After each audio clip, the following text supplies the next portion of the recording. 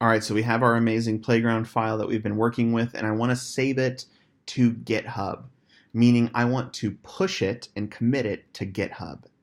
That means it would be accessible by anybody, including myself at a future date or on a different computer, and it would make sure I have it backed up and that you can actually submit it for assignments.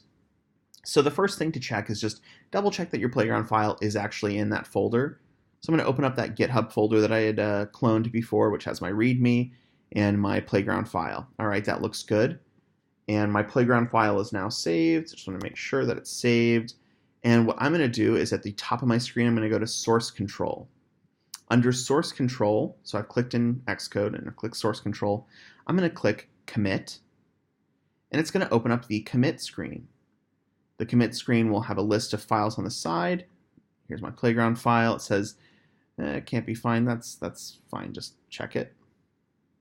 What that means is that it's not actually uploaded yet, so you need to upload it.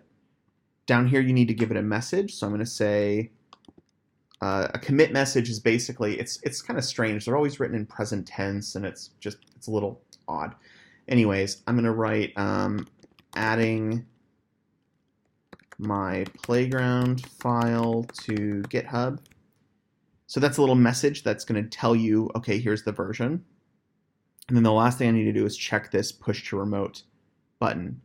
Now, whenever you check that, you may have to log into GitHub if you haven't logged in a while. Make sure this says origin master. It may not even say, it may say something different. That's fine. But I'm going to hit commit one file and push. Whenever I do that, it says it's going to be pushing patterns of application, and eventually it will finish. And I can quit out of Xcode. I'm going to go to my browser and visit my repository. And whenever I refresh, there you go.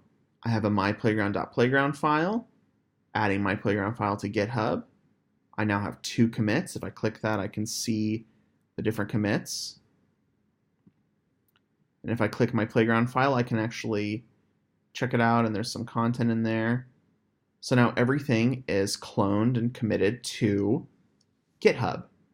If I go back to Xcode at a future date, I could always clone this and have a new version of my project. And so you're going to do that anytime that you're kind of done for the day. Now, you don't want to be overly, you don't want to commit every hour or something like that. But I would do it, once a day. Whenever you're done with all of your work for the class, just go ahead and commit and push those changes to GitHub.